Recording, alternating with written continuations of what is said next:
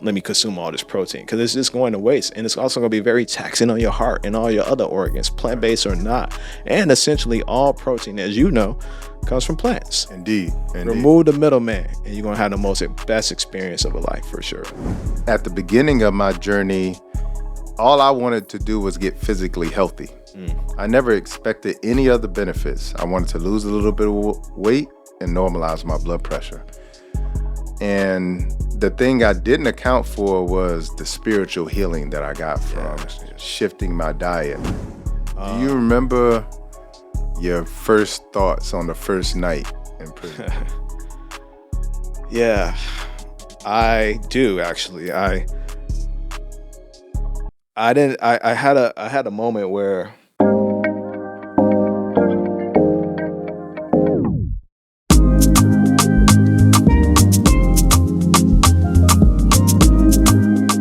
Peace and blessings. Welcome back to the channel once again, where we talk all things health and healing from a holistic perspective, and today will be no different.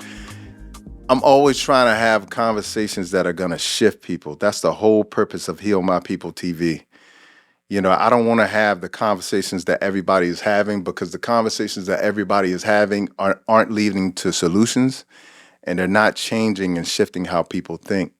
And so today's conversation is going to be one of those kind of conversations, because not only is it important to the world, but it's important especially to our community.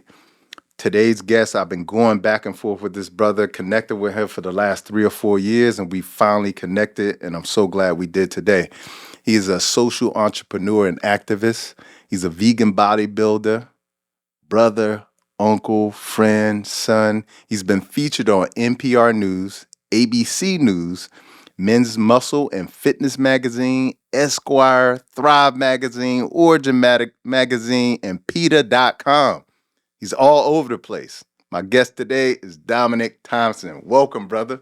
Thank you for having me, man. I really, really feel honored and appreciate you. Just to reconnect with you, man. It's always a good time to see you, man. Yeah. And I'm finally glad that we made this happen. You know, one of my big emphasis for this year was connection and collaboration. Yeah. Those were two of my biggest words this year for me. And I wanted to connect and collaborate with people who I feel like are on a mission in their own personal lives, but also, you know, we can create change together. Yeah. And so I believe that this conversation today is going to lead to that. Yeah, absolutely. So, you know, let's start with tell the people a little bit about where you grew up, the environment, and what it was like for you growing up. Yeah. Well, I definitely come from humble beginnings. I come from the west side, specifically of Chicago. Yeah. Born and raised, and grew up in a single parent household. My mother was an incredible source of inspiration. She was a nurse, specifically at LPN, working in the 70s and 80s. And, you know, LPNs these days don't get paid anything. And so you're going to imagine a black woman as an LPN in the 80s doing what she can do to keep the lights on and to feed her 3 kids, us.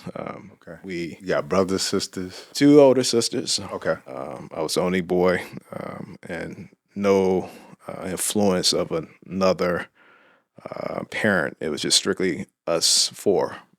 My mom working multiple jobs as a pediatric nurse and as a nurse that would work the graveyard shift for nursing homes. So so it was that type of environment where we had to, you know, make pretty much peanut butter and jelly sandwiches out of nothing. We used to do syrup sandwiches and the cornflakes with the rooster with water in it. yeah. Mayonnaise. You remember the mayo sandwiches? Yes, sir. Yeah, very nostalgic. Yeah. So I grew up on the west side of Chicago and experienced a lot. Came up in the 80s during the introduction of crack, cocaine into marginalized communities. In that era where the vice lords, specifically on the West Side, and the gangs were shifting because a lot of people demonize a lot of gangs, specifically black gangs in Chicago. But what a lot of people don't know is gangs was originally created and formed to help empower young black men and help to empower the black community, specifically in Chicago, when we used to have those racial wars back in the 60s and 50s with other communities. So it was created almost off the business model of the Black Panthers. But then when crack cocaine and other influences were introduced and implemented by different entities in the 80s, it shifted the ideologies, the leadership, and the ultimate goal, which is helping and empowering a community of young black men. Yeah. So I came up under that era in that specific, where seeing the transition go from a good, wholesome, holistic transition, foundation, to a very rapid, aggressive, violent community and more in the 80s, which had an influence on me too. Gotcha. Which we can always go into more details or not. Yeah. Yeah, man, because same here, grew up in the late 80s, 90s. And although I did have my father in my life, he didn't grow up in the home. You know, the unfortunate thing about growing up in the hood is like you're not immune. Yeah. Because you have a father. Yeah. And what I will tell you, like, my dad was an amazing man, but the unfortunate thing is every day I got to walk through the neighborhood to get to somewhere, whether it be school or what have you. And so you're always subjected to the elements. The crossroads. Yeah. Yeah. Yeah. And right so or left. They're unavoidable. Yeah. And as I talk about in my book, Life is My Guru, the frustrations of the ghetto are always spilling out into the streets. Yeah. There's always this tension that you become almost intuitive of, that you're constantly under pressure. And, you know, growing up in the 80s and the 90s where it was so violent, and not only violent, but also an age where I think a lot of people were trying to make their mark in life, you begin to see very quickly, you become very influenced by everything around you too. Yeah, you know, and even our first impressions as young men coming up in the 80s and 90s, the original social media was music. Yep. You know, in a way, it's like, you know, it used to be very wholesome, and then it even switched and got aggressive with rap music. Yeah, that was our source of inspiration. It was great storytelling in a lot of capacities, but that was our first social media that left a lot of impression on us too, in different capacities. So, same thing growing up in Chicago. I don't know if you're ever familiar with Chicago. Yeah, I'm familiar. Okay. Which parts you been in? South and the west side of Chicago. Yeah. So historically, for the people that don't know, South Side is like comparing Brooklyn to Harlem when it comes to the West Side. Yeah. Two different cultures, two different cities, two different sources of inspiration and more. And even the redlining was different in that capacity. Chicago is very segregated.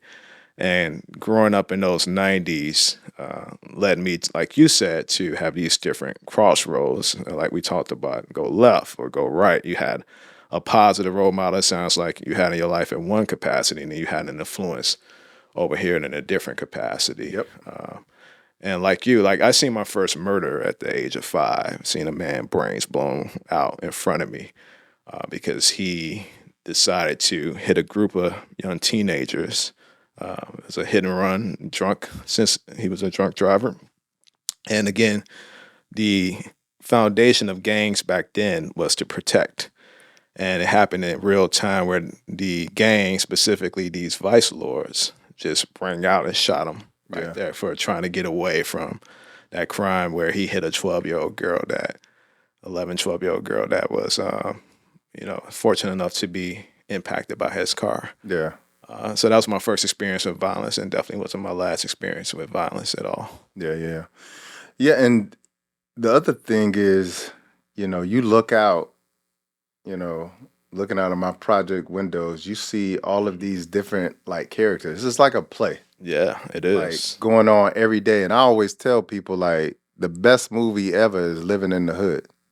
Like Yeah. if you want to just like you see all like the movies like Spike Lee made, and you see all these people Yeah. who just sit on the perch and look outdoors.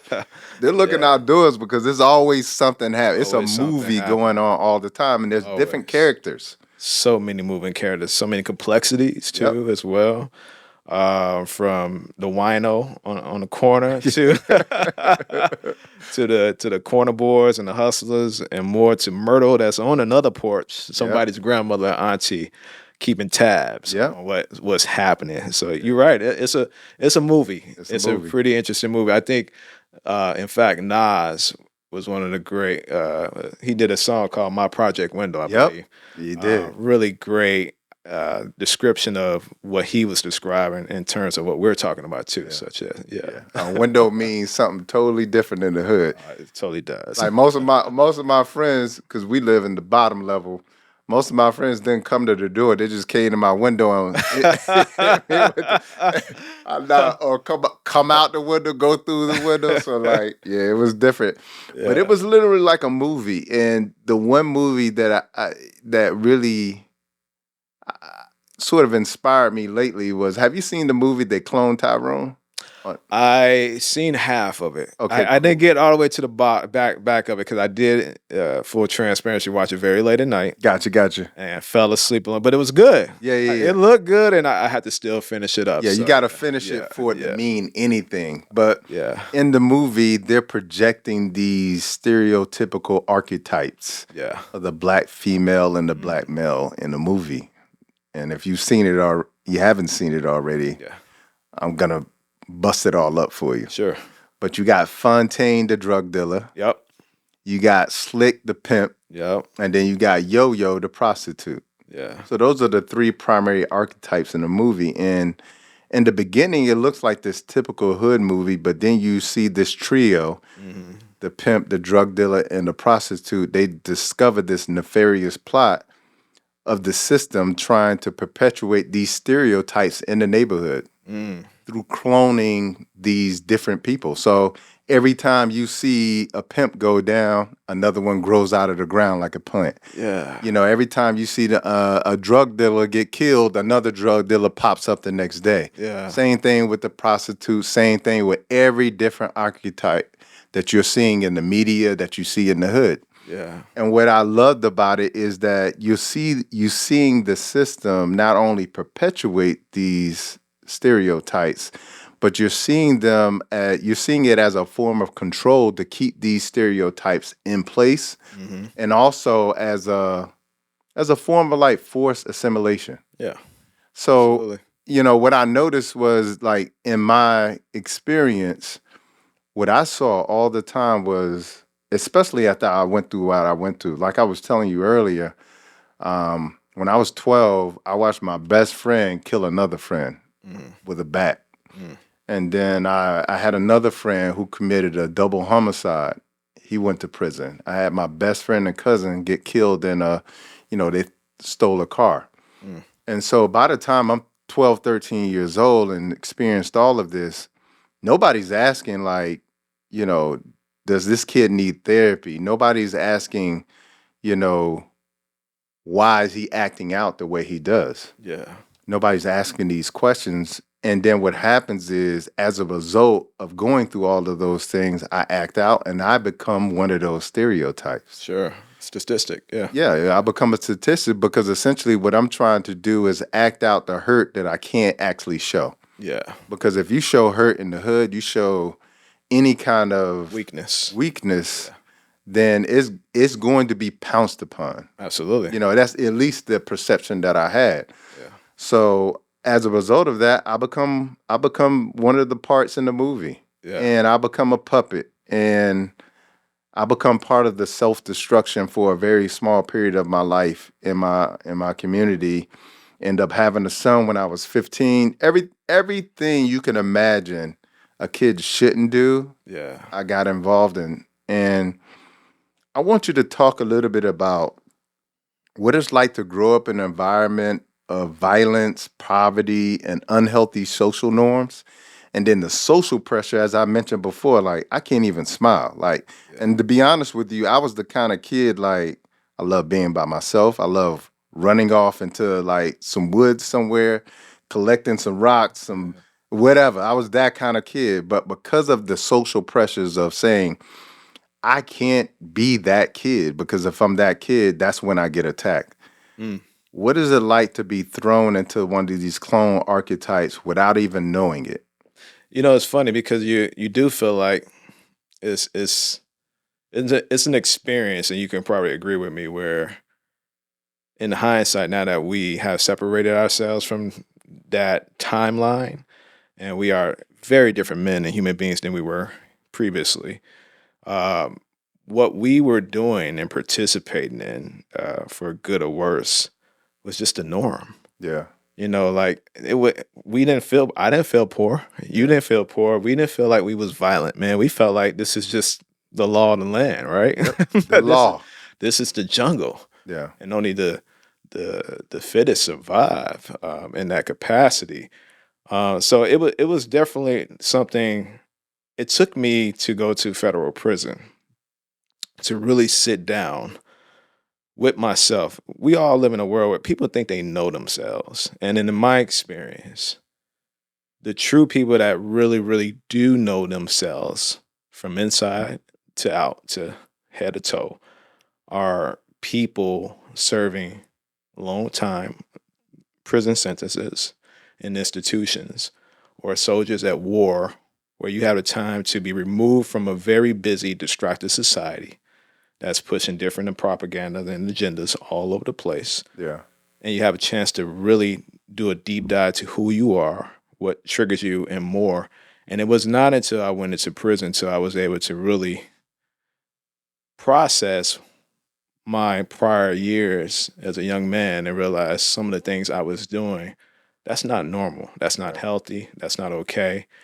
Uh, I didn't even know about therapy or any form of therapy, until I was a older human being. I didn't even know anything about food and nutrition, or the difference between a complex and simple carb, until I was an adult. You have growing up in these communities, like you said, with these different archetypes that are considered like our childhood heroes, right? Like, the drug dealer is the hero. Like Oh, everybody I grew up with wanted to be, you know what? Some to give you a better example, I was rooting for Nino Brown in New Jack City. me too. That was like my dude. Like that was like what some of these kids grew up rooting for Marvel heroes. To me, I was like, no, I want to be Nino. Yeah. Like I want to go hard. Like I want to, if I'm gonna do it, I'm gonna do it. So movies like that was like inspiring to me. And then you will have another source of different influence. Like you said, you have people in your life like your father, and I had my mother that kind of brought you that balance, right? But participating in these activities was just really, really part of the norm, because when I was 15, 16, I was like worth a $500,000 in what I was doing, like deep into the game, and drug trafficking, that was the way to go, selling kilos of cocaine. Once you graduate to kilos of cocaine, you felt like, you made it, or you doing it. You're doing big things, where you're doing distribution throughout different situations. But then you're not realizing you're a part of distributing poison into communities, your own community, and you're playing into these archetypes and these stereotypes that simply is not healthy, and simply is just causing nothing but disruption, and also oppressing a community that you come from yourself. Yeah. For sure. And I agree with you. It feels like it's always something to keep division. It's always something to keep our people, from moving and progressing, whether it be those archetypes, or it be these chicken shacks, these liquor stores, these deserts, food deserts. There's just no options and resources, or no former Bobbies or Doms in the world that be like, oh, wait a minute, these black men are different than what I think is we supposed to be doing as human beings in the community. Right. So I'm glad you mentioned that, because the way I see it is when we are inspired enough to say, I want better for myself, and then we are able to go through and achieve that, we then create a blueprint or a roadmap for them to now walk through. And that's why I believe that this conversation is really important, is because I want people to know that there's a roadmap. And there's many different roadmaps you can take. There's not one or two or three. There's many roadmaps you can take. Yeah. But, in the beginning, we don't have that. We don't have that roadmap. Yeah. And living in an environment where the heroes are the people who are ultimately going to lead you to your demise. Absolutely. Because every stereotype and archetype is designed to plummet at some point. Yeah. So what ultimately landed you in prison? Yeah. So I went to federal prison for with possession to distribute cocaine. Okay. Specifically because of my former life dealing drugs. And the feds came knocking at my door. It's nothing more scarier to experience a piece of paper, the United States of America, your government, versus you. Yeah. Like it don't get no worse than that. It's not the people of the county. It's not the people of the state, the people of the city of Atlanta. This is your government telling you that you pretty much are a terrorist to them. Like you are a issue to them, and they want to do everything in their power to make sure you are convicted and you will serve a lengthy amount of time. Because most of these laws are really biased and written to lock up a lot of young black and brown men in different communities specifically. We talk about the Rockefeller laws, the mandatory sentencing guidelines, and all of that stuff that are really designed and rooted in white supremacy to really lock up and take away the providers and the leaders in these different communities, whether they are actively doing things that are bad for the community or whether they're doing actively good things to help inspire and empower their communities. Because people also don't talk about some of the, and I'm not advocating and saying that certain men that have been involved in the drug game or any type of organization are complete heroes. None of us are. People in government and politics from the executive branch down are not complete innocent people. But there are a lot of good men and women that have been just doing what they can to make a dollar out of nothing, but also do a lot of stuff you just don't see behind the scenes for communities, to their communities, to help uplift them, to give back to mom and pops different funding and stores, to give different mom and pop stores and protections and more. But when I was sitting down and serving this time, it just, as I mentioned earlier, everybody think they know themselves. I finally got a chance to really know myself. I had a chance to really decompress and focus on rebuilding my body. When I went into prison, I was over 250 pounds. Gotcha. That was full of a lot of inflammation. Yeah. And full of, living that good, what we call D-boy life. Yeah. Do you remember your first thoughts on the first night in prison? Yeah, I do actually. I had a moment where, so I had up until that point claustrophobia. I was claustrophobic from Where did that come from? a childhood trauma experience where, so I was the youngest of the generational men in my family of cousins, and I was the most fair skinned. Yeah. So as you know, growing up, picking on you. You already know. It's sad to this. I mean, it's also, and that's a whole different topic. But the lighter you are in the black family, you got to kind of prove yourself. Yeah. And they jumped on me a lot. But I don't know if we can cuss on this situation. Man, do whatever you need to do. I whooped a lot of ass. Had to really show my older cousins that ain't nothing sweet. Just because my skin fair don't mean that you can't take away from what's behind this interior in terms of this passion and so you black as hell on the inside. Yeah. More than that, the true warrior on the inside, and we have the same bloodline. We just got different skins, and I had to show them a lot. Yeah. But because of that, since I was a problem, and it was hard for them to manage me one on one, you know, even though they was older, and I was the smallest, they gang up on me as initiation to put me in a locker. Yeah. And shut the locker. And when we went to this went swimming for the summer at this specific park district, and they locked the locker. And here I am, a 5-year-old Dominick, 6-year-old Dominick, screaming at the top of my lungs. They walked away. No one could hear me. No one else was in the locker room. Yeah. I couldn't move, and I'm just drilling the locker with all my might, screaming and kicking. Because I was panicking, and my knuckles just opened up blood, and not to 30 minutes later, a lifeguard got some pliers and prior to cut it open, and I collapsed right then and there. But from that experience, when they put me in that locker, I had claustrophobia. So fast forward to the first night in prison, because it's not like I've been in and out of prison. I have never, up until that point, been arrested in my life. And here I am getting ready to serve this time. I didn't worry about what was inside. Like I don't fear no man. To this day, I don't fear no human being at all. Like I just don't fear. I'm not wired to fear physically any other human. And that's just the way I am. But I feared my mental health. I feared my mind was going to shut down because I didn't know what type of conditions I was going to experience. So that, to answer your question, was probably one of the most scariest moments for me because I just didn't know what was going to happen to my mental health. Gotcha. Yeah. And how much time did they give you? Yeah, so they end up giving me basically a 10-year sentence.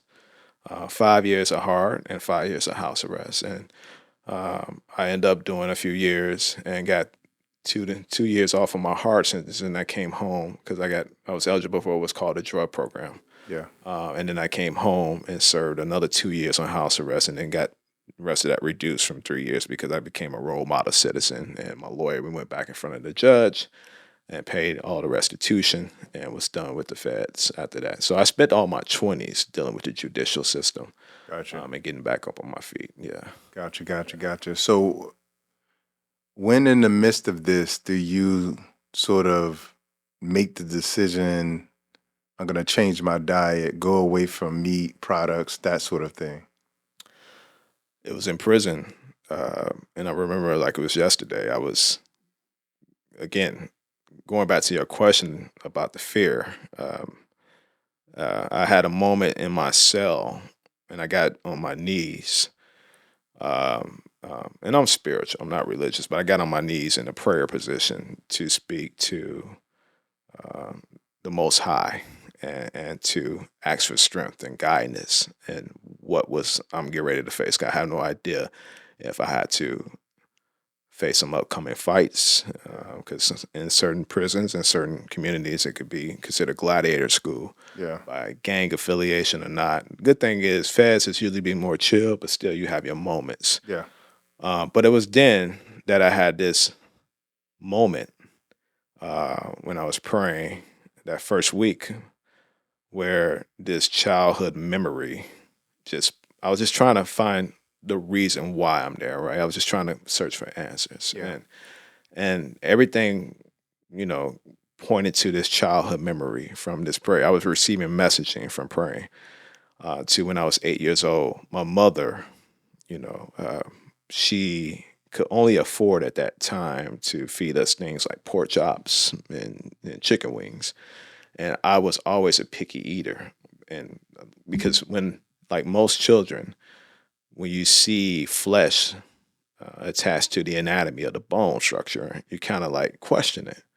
And I was questioning it. Like I was that kid when you hand me chicken wings, I would like go around the veins and just pull from the whitest part of the flesh I could find because the dark flesh that was smothered in veins and carnage and more, I was just very taken back by it. Like this is something dead to me. My fixation on that. Yeah. Because this is too much intact. So that memory, while I was praying, popped up at like a light bulb, because in that moment it brought me back to when I was 8. I looked at those wings and looked at my mother and looked back at my arms and looked at those wings and looked at my mom, and I pushed back and said, I'm not eating this no more. Yeah. And she's like, what? I was like, I'm not eating this no more. It's kind of hard to tell a single black mother that's struggling with multiple jobs and trying to keep some food on the table Yeah. that you are not finna eat this fried chicken or any food. And she gave me that look. Well, then you're not gonna eat. That's what she told me. But I'm my mom's kid, and I said, well, then I'm not gonna eat. So we had a standoff moment. And it's not like she can go to Google, what do I feed my kid? This is in the 80s. Right. And so she got sharp and thought about it. So she went eventually to a grocery store and bought a bunch of fish sticks. Okay, got you. And so she put two and two together in her head. Her mind was Google at that moment. She's like, you know what? It's the way it's presented to him. Yeah. He needs to be this dead flesh needs to be masked, because if he sees it attached to a piece of bone, he doesn't want it. Yeah. So she started feeding me fish sticks, and sure enough, like chicken nuggets and fish sticks that a lot of us grew up on in the 80s. You probably remember all kids going crazy for chicken McNuggets and all of that. I was okay with that. I just wasn't okay with the flesh to the bone. But that memory, Bobby, it came up in my head when I was praying, that in that moment, that's when I discovered what's called karma. That if the universe shows you something, whether you're an 8-year-old Dominick or 80-year-old Dominick, if you don't follow through and see it through, it's going to come back to repay you in some type of capacity. Right. Whether it be through sickness, whether it be through your finances, through any form of things that you have a part of your lifestyle. It's important for you to see through what was happening. And karma and the universe spoke to me in that moment that I should have kept on following through. And this is why. This is my why on why I'm here at a certain time, to better myself, to rebuild my body. And right then and there, I denounced me. I did a hard reset and created this mantra for myself that if it requires harm, then no, I don't have anything to do with it. And that was 23 years ago, and I haven't had meat since then, 23 years. Wow. So would you say, because one of my perspective is prison is one of the most demeaning places you can be. I mean, you're literally in a lot of senses treated like an animal, especially if you were Very much are. Yeah. To end up in solitary, I did end up in solitary. Yeah. For fighting. I was in there for exactly 40 nights and 40 days. Okay. Every prison had different security levels, regardless, federal or state. There's different security levels, but you are a piece of property. Yep. You're viewed as property of the government or property of the state. So to answer your question, yeah, you treat it like farm animals specifically. And this is, although I'm here doing this interview with you, I'm here to live and tell you my experiences. The difference between me and the farm animals, out of those over 50 billion animals being destroyed every single year, they're not here to live and thrive. They're destroyed. Yeah. So I was able to go past that system because I wasn't slaughtered like they are. Yeah. Specifically. So there's definitely some close experiences in relations to it. They obviously get treated much more worse, but I can tell you a lot of prisons and inmates do get treated inhumanely in a lot of different prison systems, for sure. Right. And so I'm thinking like, you're in prison, in a cell. In this case, you're in solitary for 40 days, 40 nights. Mm-hmm. The size of it is probably 3 feet by 3 feet. Yep. The classic solitary hole. Yep. And very little light. Yep. No light. No light at all. So that is mimicking the environment that many of these animals are in. It is. And when you start to look at how disproportionately black males are ushered into prison, and then you start to think about how many of them are forced to work in many cases for companies on dollars on a cent, then you start to feel like this is like modern day slavery. It is. You have Unicorn programs back then. I don't know sure if these programs are still active to this day, but you do have inmates, especially in certain federal institutions, working, like you said, to create, whether it be shirts or materials or products for Yep. less than, I don't know, 20 cents an hour. An hour. An hour. An hour. Yeah. Right. Yeah. And most of those inmates that apply for those jobs, that's because they're not getting any commissary money or any help or support from Yep. family and community where they come from. Yeah. Some of your most biggest community guys that was active either in the drug game or might have been in the wrong place at the wrong time, and they're part of this big 30-man conspiracy. And that's probably the little soldier on the organization table. But people forget it. It's out of sight, out of mind. Yep. And so they're relying on this, $10 check just to be able to create stamps or to get some additional noodles. It's definitely feels a lot like, it's not feel like, it is. It's modern day slavery. Yeah. And the most frustrating part about that is the fact that this is 2023. Yeah. Right? We in the 20th century. Now more than ever, and with the beautiful technology, there's pros and cons to social media, but social media have done a lot to connect people, and we can use this as a megaphone. And you have big influential Black and brown people with these platforms that either went through that experience and they're silent about it. Yep.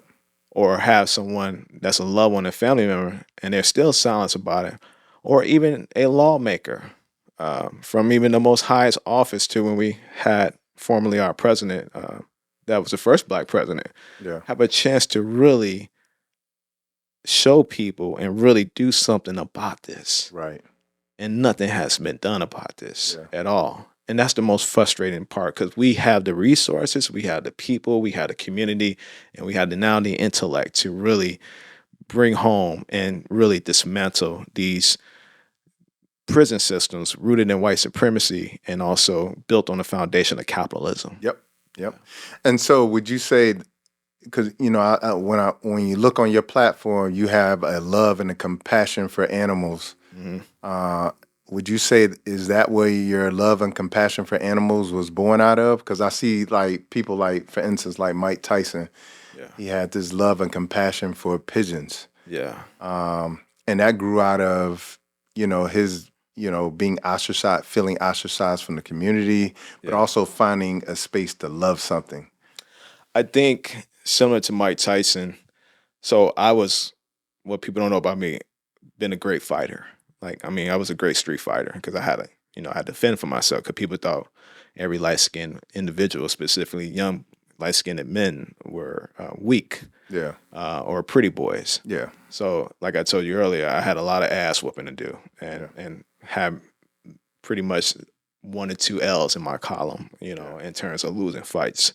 With that being said, even though I had to prove myself, I always been a husky-sized dude, like a big dude. Yeah. And in my experience, for me specifically, I have always wanted to defend the most vulnerable of people or animals. What are we talking? That kid that was being bullied by that big dude, I would defend them. Or we're talking dog fights happening in the hood. I see 2 vulnerable animals, they want to fight each other, but they are forced to fight each other. I would step in the middle of a dog fight, a little 8-year-old Dominick or young guy, step in and breaking that up. So I'm wired to want to step in when I see any form of oppression happening, specifically to protect. Because even though I was selling dope, I wasn't a violent drug dealer. I had to do what I had to do, to survive. But I still was a guy that shifted the ideology when it came to the crews I was a part of, or it came to the different people I was responsible for in a lot of different ways. Don't get me wrong, nothing was sweet. Yeah. But I moved very rational and very logical. So my love to protect the most vulnerable has always been there specifically. And I feel like the same thing with Mike Tyson. Even though he was an isolated introvert in many capacity and had a lot of traumas, the man just had a natural strength about him, and he knew, you just kind of have it about you, similar to me, where he knew he needs to protect the most weak versus fight and protect the most strong. And I felt that way. So with that being said, at the time that you denounce all animal-based products and decide, hey, if If it's gonna cause harm, I'm cool on it. Yeah. Did you have the verbiage to say I'm going vegan at that time? No, no, not at all. We didn't have the incredible resources that we have today. Yeah. We didn't have the incredible resources of the books that people, whether Social they're media, the social internet. media, the documentaries. We didn't have the science and the data back Okay, then. We gotcha. just didn't. I stopped because of my ethical beliefs specifically. I have always had a love for animals specifically, Okay. but I stopped primarily for the animals, Yeah. then for myself, and then when the science and data finally caught up once I came home and all of that, because when I stopped eating meat, I was vegetarian in prison. Then I was vegetarian for 12, 13 years. Sorry, 10 years. And then went vegan, and I've been vegan now for 13 years. So collectively 23 years. But when I transitioned from vegetarianism to veganism, and you probably remember this, vegetarianism and veganism was interchangeable. It was it was Yep. one community, you know. And I was screaming, "Leave animals alone," while being okay with dairy or eggs as part of my diet, Yeah. not Yeah. knowing about that industry, you know, Yeah. because we didn't have the documentaries, we didn't have the resources and the data. I just didn't want to have anything to do with those animal being slaughtered. Not and then to later learn the dairy industry is one of the most exploited, most dangerous micro communities of the animal agriculture community that's Yeah. doing a lot worse things to animals than the classic bigger macro community of animal agriculture it is in Yeah. itself. So yeah, with that being said, I learned and experienced and learned even more once I came home. But when I stopped, I didn't know what was going to happen. I just stopped eating meat. I would trade my meat protein with my cellmates for their carbs. And they thought they looked at me like I was a crazy or weirdo. That's Yeah. how my clothing company that a lot of people know about crazies and weirdos was birthed. But they're like, wait, Dom, you want to trade my car? You want me to give you my carbs for your meat? Like, you crazy, dude. Like, I was like, yeah. I didn't know what was going to happen. I didn't. I just didn't want to have nothing to do with meat. Yeah. And so here I was eating simple and complex carbs. Like, And give me that corn on the cob. give me Here, you can have everything, my chicken. potatoes, pasta. Only thing that was plenty of, we had plenty of in prison that we couldn't get rid of was oatmeal and bread. Gotcha. A lot of oatmeal and bread. But those moments where we made spaghetti, or those moments where we had certain type of potatoes, those moments where you had these additional vegetables, whether sweet potatoes or pumpkin or different yellows and more, or leafy greens. There's serving a very small proportion of leafy greens, but I would ask my cellmates for that and get them my chicken or buffalo meat that they were serving, and I would eat a lot of that. And I lost over 60 pounds In prison. in prison. Gotcha. So, one of the things, so I didn't have the verbiage either. Yeah. Like, Yeah.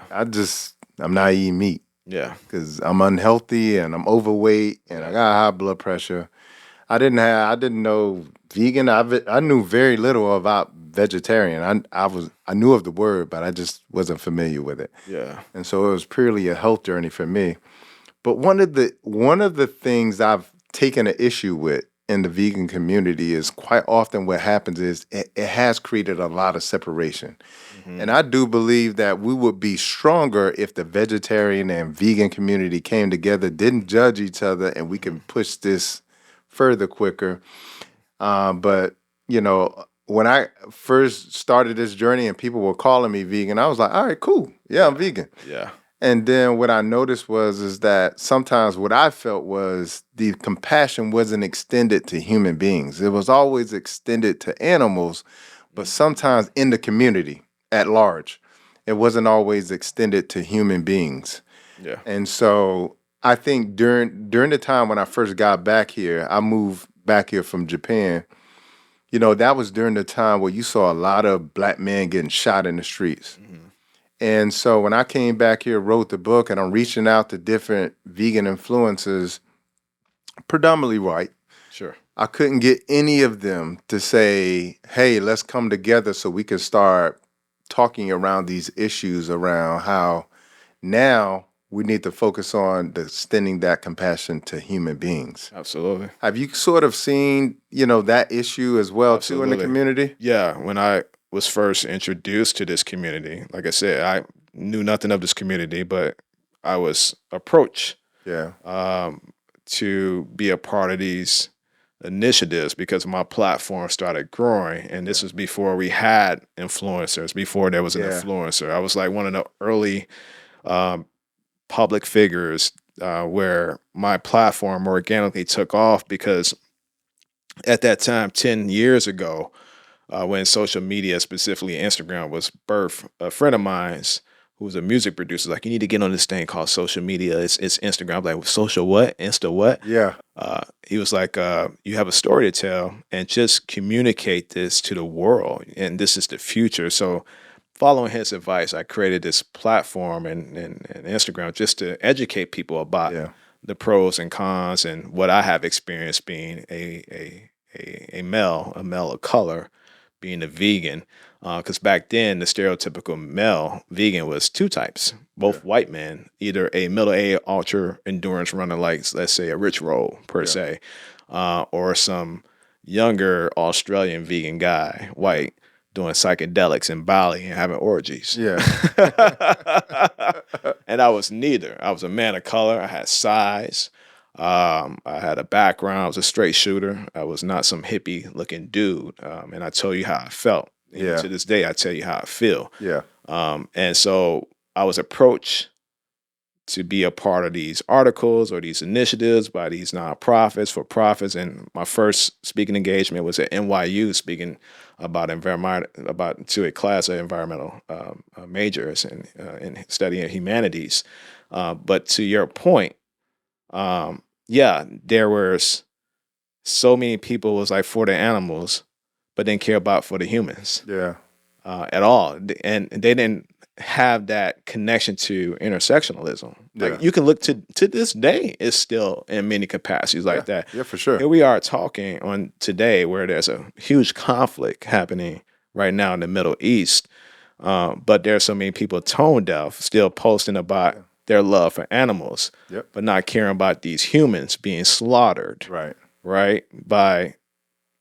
In the numbers, in the thousands. Yeah. Which is kind of heartbreaking because, I started off my journey from an ethical standpoint, but I have always cared about whether we're talking animals that are non-human to human animals specifically. I don't want to I don't want to see anything happening to people and humans just as much as anything. Even animals. So to this day, we still have that disconnect where people still want to preach and talk about eating plant-based or being vegan with these micro communities that you mentioned. To, like you said, there's no full sense of harmony where we all should be coming along just to push and educate what we can, because you have the purists over here that are like fruitarian and like juicing and leave the processed meats alone. Then you had the junk food vegans fighting with each other, and then you had the athletes fighting with each other, and you had the physicians and clinicians fighting with each other. It's definitely a lot of division in the vegan community. We have our problems for sure. We do. I think that's the biggest thing is if the movement itself truly wants to be a community of compassion, it has to be extended in every direction. Absolutely. And the first direction is self. Yeah. I know that we have all these vegan junk foods and things of that nature, but I think that that's also a place where we have some opportunity for vegans who are like, need to understand the importance of, I don't need to eat this because I need to extend compassion to myself too. Yeah. So for sure. And they're not realizing. I tell people all the time during my speaking engagements and more, and even in my book, it's all about this. Don't rely heavily on processed food as processed food. Yeah. It's a good transitional tool, whether you coming from a heavy meat-based diet to a plant-based diet, but it's definitely not the healthiest option. It's Yeah. better. It's better than the alternative from an ethical standpoint. Ethical. Exactly. But that's all it is a transitional tool. Yeah. We should always be eating whole plant-based food as much as we can, for sure. 100%.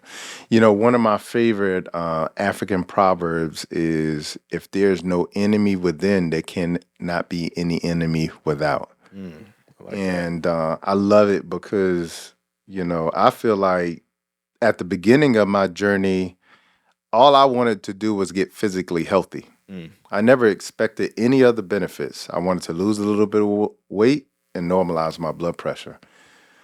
And the thing I didn't account for was the spiritual healing that I got from shifting my diet. Yeah. I didn't realize that I had this internal conflict or spiritual warfare going on inside me as a result of going through what I had gone through during my childhood. Can you talk a little bit about maybe some of the benefits that you've experienced spiritually as a result of shifting your diet? I think you brought up a really good point that a lot of people in our community, and even people outside of the community that make shifts and changes in their lifestyles, don't talk about the spiritual shift. Yeah. Because food is medicine, and food is an influence on your behavior in many ways. And if you're digesting nothing but a product, whether you deem it as real food or flesh, and I deem it as just a dead animal, you're digesting violence in a lot of different ways. And so when you start digesting life and enzymes and nutrients and food that's strictly not destroyed or comes from something that have eyes, that breathe and want to thrive and live just like you, it shifts your ideology and your energy in many ways. So I have experienced a dramatic shift when I stopped eating meat, from being a former gang member that had a temper to a guy that processes and speaks peace as much as possible. It just really shifts your ideology and your beliefs in a lot of different ways, and it makes you see different auras and different things and love in different things. And like you, I'm at a point in my life now that the complexities that I didn't see before when I used to be a part of this community and contribute as a consumer to these industries, it was almost as if I was leading in a life that was strictly blind. I couldn't see. But now I can see with so much clarity, so many different things. And the most beautiful thing is this. Historically, I used to have to hustle for creation and opportunities. But when you adopt this lifestyle, now I have a lot of opportunities that are presented to me, whether it be work-related, creatively, professionally, or in intimacy and relationships. It's just now for me to vet it. So it's like the universe is taking care of me. You take care of the universe and you leave things alone that are not for you, the universe take care of you for sure. Law of attraction. Yeah, it is the law of attraction and manifestation that comes full circle. And I think that's huge because quite often what people don't understand is there's multiple levels of healing. You can heal physically, you can heal mentally, you can heal emotionally, you can heal spiritually as well too. And I think it's really important that people understand that, especially in our community, because we have all of that social programming that has been programmed into us, fear-based programming, hate programming. The music is hateful today. No love in the music. And so all this programming gets inside of us. It creates this spiritual sort of internal war. And as a result of that, we sort of go back and forth with ourselves. And this is why we can't be congruent or be agreeable with anybody else outside of ourselves. This is why we can't coexist. And we have a closed mind, a lot of us too. We're conditioned for closed minds. We're conditioned to think, well, it's always been this way. But traditions are made to be broken.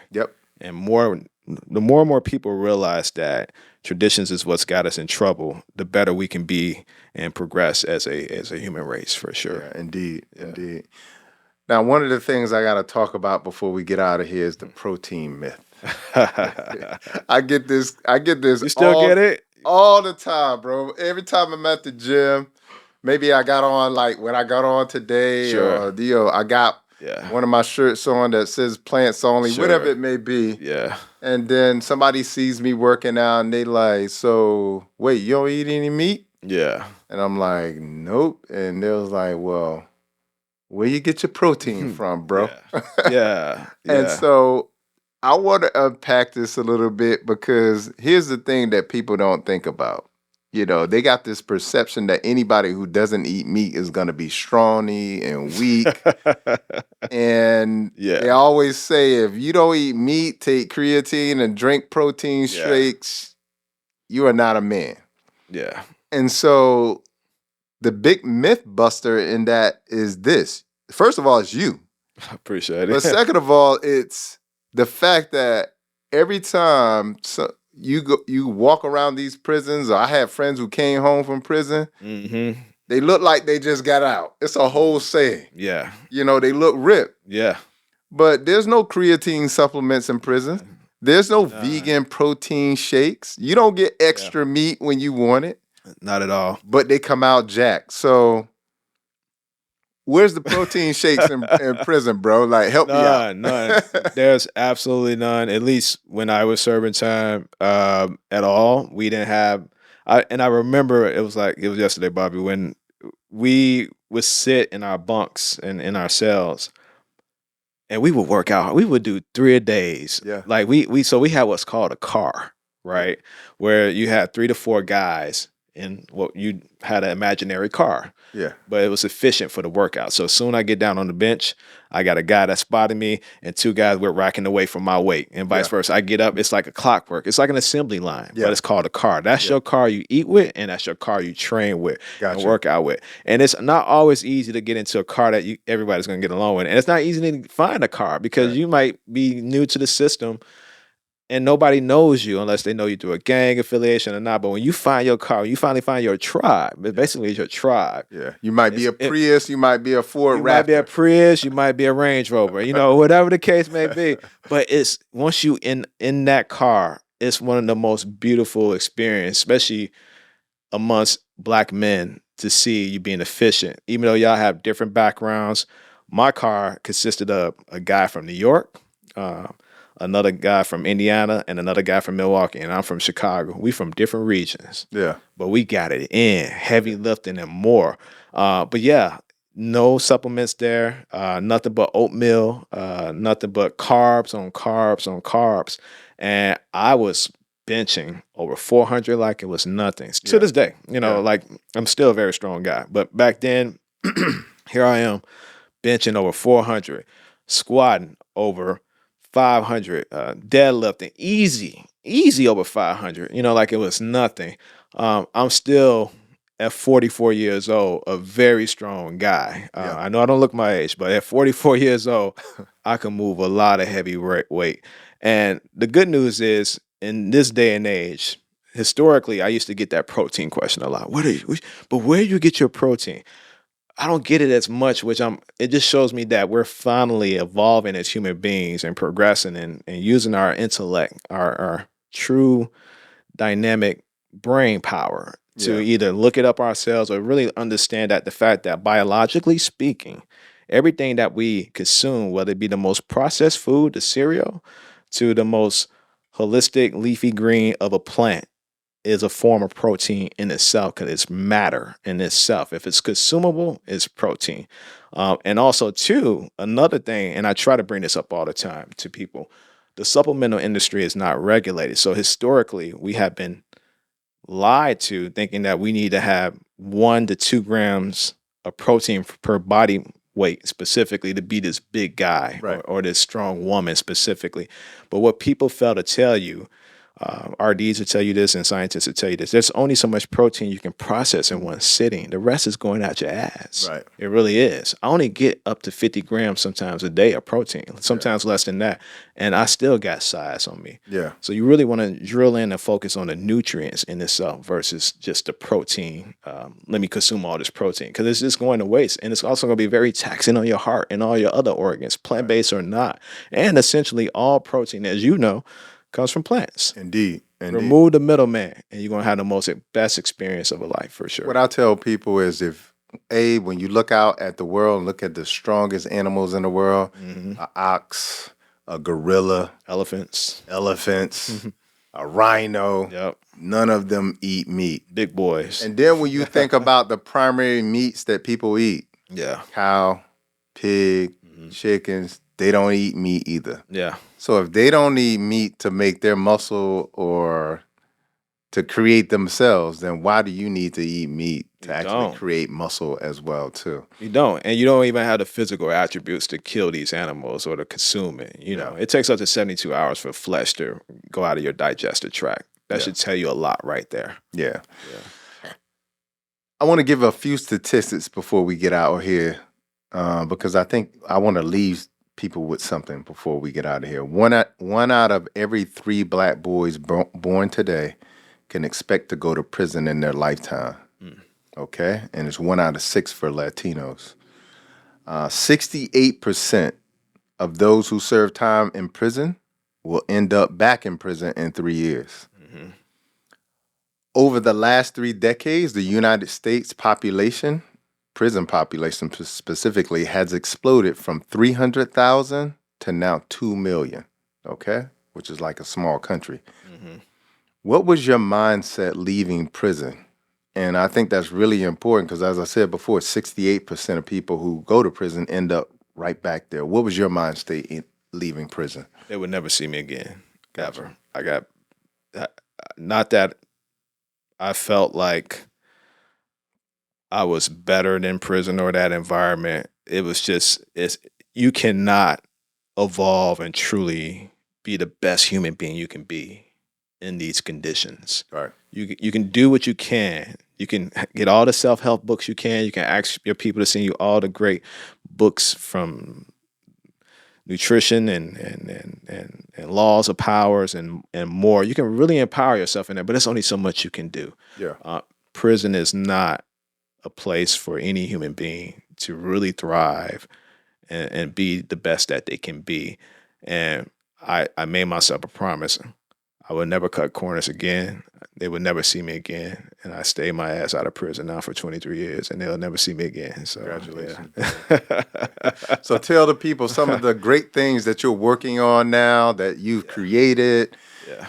because brothers need to know that there's life at the prison, and not only life in terms of just barely making it, but being successful as well, too. Yeah, yeah. And just to backtrack, not 23 years. I've been home now 16, 17, but uh, some of the things I'm working on, like you and I was talking about at the beginning, I'm actually in the process too, as well as creating a business model to help inmates consider eating plant-based, like creating this business model that would we can put it in different institutions and from the state level to federal level. It's a proposal to some people that are influential and also in these different government branches. They asked me to present this business model. What can we do to inspire inmates to eat plant-based? Gotcha. So I'm working on that business model That's myself. great, bro. I'm also my first mini cookbooks is dropping June of next year. Really excited about that. Spent all of part of this year and last year co-creating it with my amazing co-writer and my co-pilot. The book is entitled "Eat What Elephants Eat," Okay.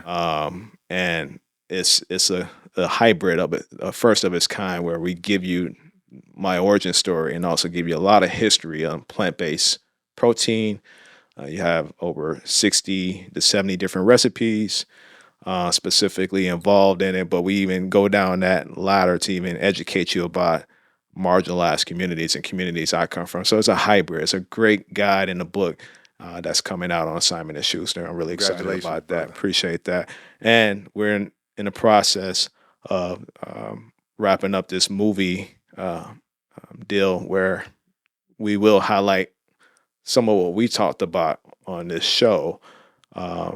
My background of Act One of my life when I used to be in the streets specifically, and showing how I turned myself around to do what I do today. So it's a lot of moving things going on Yeah. right now. Yeah. So appreciate Gotcha. you asking me about that. Yeah. Gotcha. And where can the people follow you, stay connected? Yeah, you can either just type in Dominick Thompson or go to Instagram at Doms Thompson, DOMZTHOMPLSN, PSON.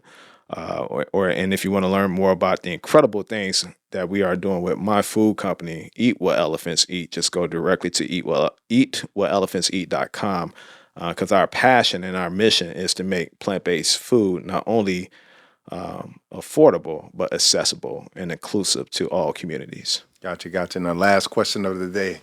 If you ruled the world, how would you heal They'll out? try to kill me. They'll kill me. I always had that, I have this conversation a lot with people. Like if I had the reach of like The Rock or the Kardashians, they'll definitely try to kill me. Because like I do now on my platform, Bobby, over the last 5 to 10 years, I probably lost hundreds of thousands of followers like you do. Every time when you and I talk about uncomfortable things, it turns people off. It's like people want to stay kind of like sleep. Yep. In many capacities. So it's like a revolving door. You can gain, but you can also lose. So I probably lost 100,000 or more. But if I had that reach like they did or had unlimited resources like they did, I would create so many ecosystems and communities and help empower so many people. First of all, I'll lead the charge to have universal health care for all. Yeah. Also, you lead a charge to have universal education for all. And now what's happening with the economy, because let's just be honest. You and I both are entrepreneurs. There's moments that we have a lot of great quarters and years, and there's a lot of years we have to budget for and more. Yeah. But not everyone is in an opportunity like you and I. We hustle. We got to where we got. But there are a lot of people in the world, 8 billion people, Bobby, waking up tomorrow with 8 billion different lifestyles, with 8 billion different points of views that are simply not making it and not experiencing, not even having a roof over their head or running water. And I want to change that too. So if I had unlimited resources, I'll push and lead a charge for at least some type of universal basic income too. And to also to dismantle so much of this capitalism and to rewrite and re-educate people what consumerism is and what it truly means to be a human being in this day and age, for sure. Gotcha. Yeah. Brother, I appreciate the conversation we had today. I know it's going to tap in for a lot of people. Sure. I appreciate you having me, man. Yeah. It's been great. I could talk to you on and off. So hopefully this ain't the last time they see us together. No. Yeah. It can't be. No, it won't be. It won't be. Thank you for tuning in today. Make sure you hit that subscribe button. Make sure you go follow Dom's Thompson's as well. I want to tell you, it is important we have difficult conversations. And not only do we have those difficult conversations here at Heal My People TV, but take this as a platform, as a blueprint to have this conversation within your community as well too. Share this with somebody who cares and you care about. And I thank you for tuning in, and I'll see you in the next episode. Until the next time, peace and blessings and Godspeed.